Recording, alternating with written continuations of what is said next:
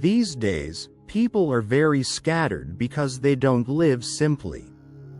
They open up many fronts and get lost in too many worries.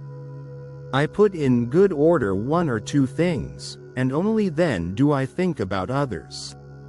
I never do multiple things at once.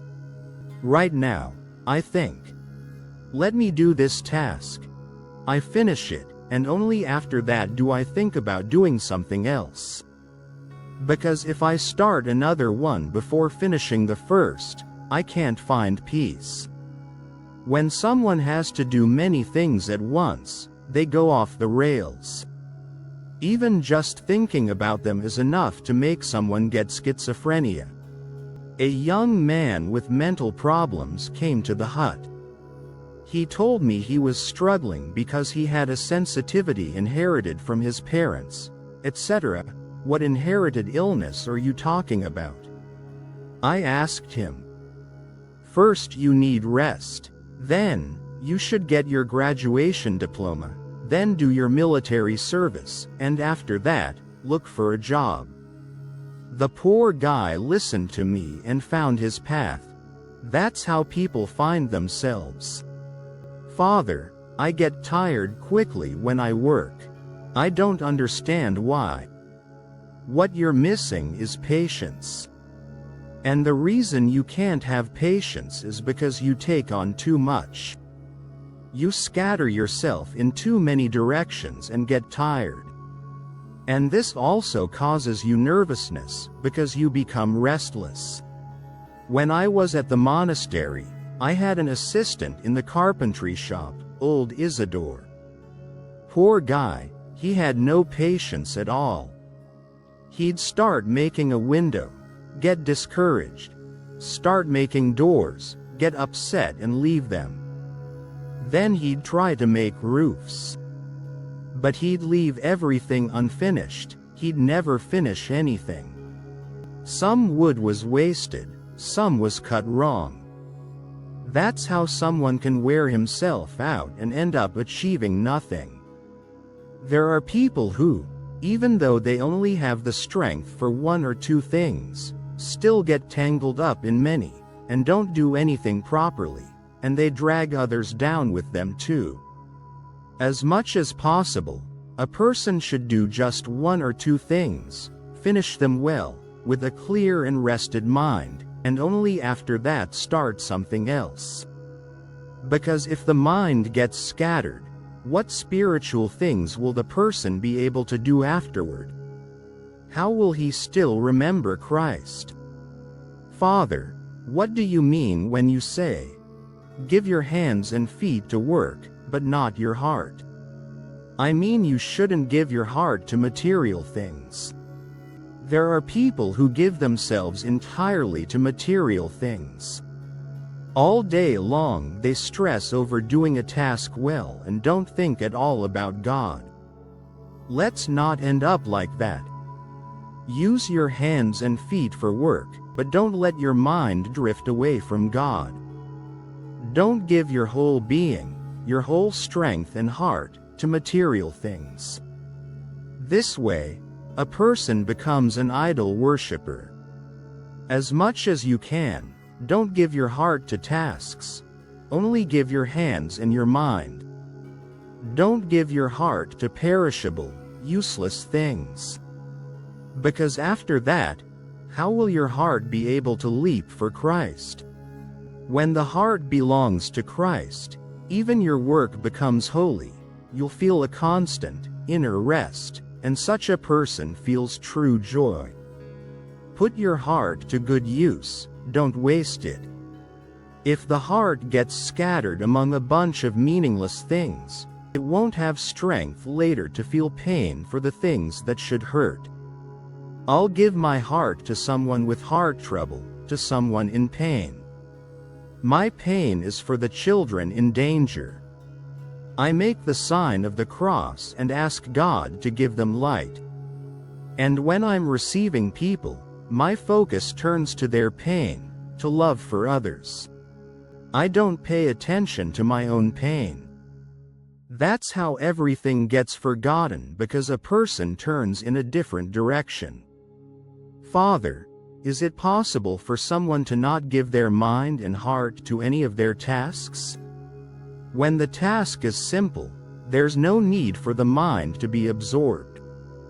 But when the work is complex, it makes sense for the mind to be somewhat focused, but not the heart. How can the heart get absorbed? In what way?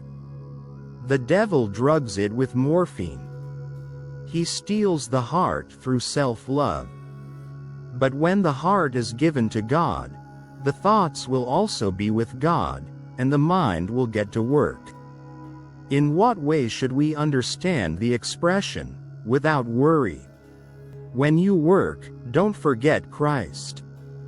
Do your work with joy, and let your thoughts and heart be with Christ. Then you won't get tired, and you'll be able to do spiritual things too. Work done with peace and prayer becomes holy. Father, isn't it better for a task to be done more slowly, so we can gain peace? Yes, because when someone works with peace, they keep their inner calm and make their whole day holy. Unfortunately, we haven't understood that when we work too fast, we become irritable, and the work done in nervousness isn't holy.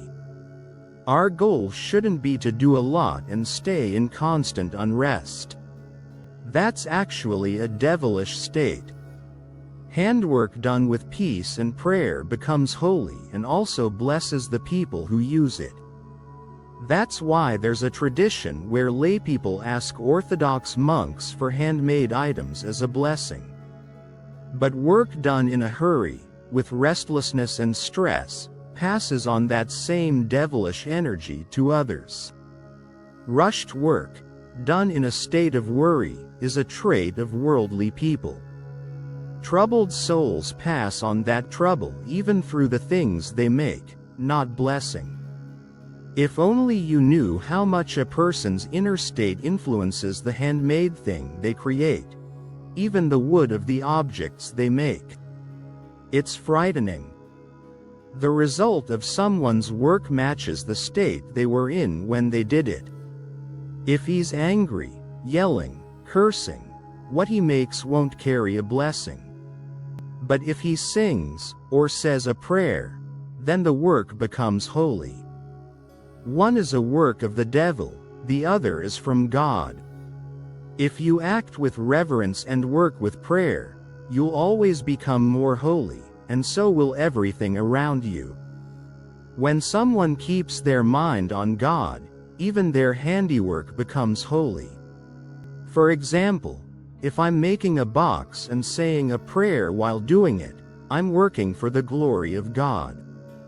My goal isn't to just make boxes and make a lot fast and stay constantly restless. That kind of mindset is demonic. I didn't come to the monastery for that.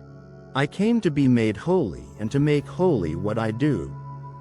That's also why sometimes you feel like an overzealous office worker, because when you run around trying to get everything done, you forget to bring Christ along. But if you start with prayer, you'll feel like a servant of Christ. That's why you should bring prayer into your work, so that both you and your work become holy. Do you know how God blesses that? And how many good things and blessings He sends? Father, when the work is intellectual, like translation work, how can you say the prayer so that the work itself becomes holy? When the work is intellectual, if your mind is on God, then the work is made holy, because you're living in God's atmosphere, even if you can't say the prayer constantly. When someone is in a spiritual state, they help themselves a lot. They don't try to understand everything just with their mind, but they're enlightened and discover meaning through divine light. But what if I don't have that spiritual state and I still have to do this kind of work? Then just do it, but pray and ask God for light. Try to help yourself as much as possible with divine meanings, and work with reverence. Every hour or every 2 hours, take a short break to say a prayer. Especially with translation work, you get really scattered, Father. You have to search for words, read commentaries. I've said it before. What helps most with translations is effort combined with pure thoughts.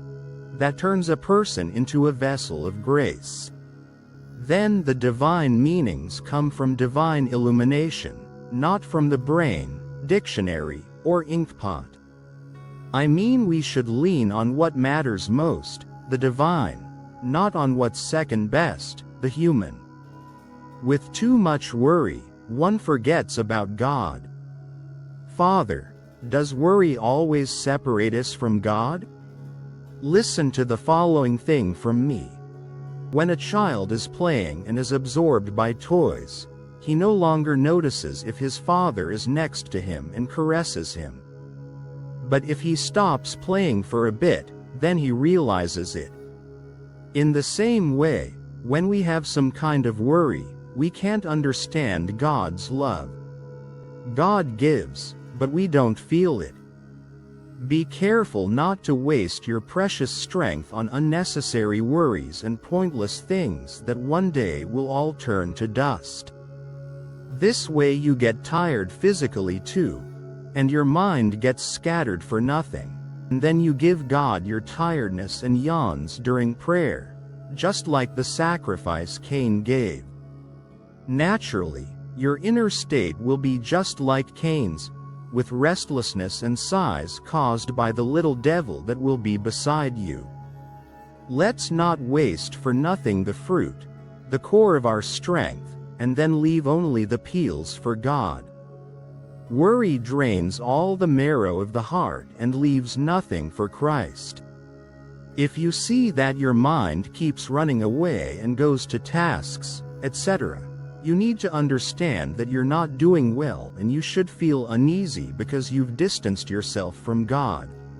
Understand that you are closer to things than to God, closer to creation than to the Creator. Many times, unfortunately, even a monk can be fooled by a worldly satisfaction when doing a task. Man is made to do good naturally, because his Creator is good. But the Orthodox monk struggles to go from being a man to becoming an angel. That's why his work in material things must be limited only to what is absolutely necessary, so he can work in the spiritual ones. Then his joy, which will spring from the spiritual fruits he produces, will be spiritual, and someone like that will be nourished and nourish others abundantly. With much work and worry, one forgets God. Father Tian, see Elder Paisios the Athonite fathers, used to say, Pharaoh gave the Israelites lots of work and lots of food so they would forget God. In our time, the devil has absorbed people into material things, into spreading out. Lots of work, lots of food, so they forget God. Exodus chapter 1 verses 13 to 14. And so they won't be able, or better said won't want, to make use of the freedom they've been given to sanctify their soul. But luckily, something good still comes from this, even though the devil doesn't want it. People don't get the chance to sin as much as they would like. Let's get the good kind of care. First, we need to seek the kingdom of heaven, and that should be our worry, and all the rest will be added to us. Matthew chapter 6 verse 33. Luke chapter 12 verse 13. If a person forgets this in this life, they waste their time and get used up. But if they don't forget and prepare for the next life, then this life has meaning. When a person thinks about the next life, everything changes. But when they only think about how to arrange things better here, then they're tormented, get tired, and are condemned. Don't let anxiety and the mania of saying, "Now we have to do this, then that next," catch you, because in that state, Armageddon will find you. Revelation chapter 16 verse 16. The anxiety to do a lot is, by itself, something demonic. Turn the dial to Christ. Otherwise you'll seem like you live near Christ, but inside you, there'll only be worldly thinking, and I'm afraid you'll end up like the foolish virgins. The wise virgins, Matthew chapter 25 verses 1 to 13, didn't just have goodness, they also had the right kind of care. They were watchful, not careless. But the foolish virgins were careless and not watchful. That's why the Lord said, "Watch," Matthew chapter 25 verse 13. They were virgins, but foolish. And if someone is foolish from birth, God's blessing is with her. She'll go into the next life without tests. But someone who has a mind and lives foolishly, she'll have no excuse on Judgment Day. See also in the case of Martha and Mary in the Gospel, how worry made Martha act a bit boldly. It seems that at first, Mary helped her, too, but when she saw the preparations just wouldn't end, she left her and walked off. What? Am I going to lose my Christ over salads and desserts? She thought. As if Christ had come to eat Martha's salads and food. And then Martha got upset and said, "Lord, don't you care that my sister left me alone to serve?" Luke chapter 10 verse 40. Let's be careful not to end up like Martha too. Let's pray to become good Marys. Glory to our God, now and forever. Amen.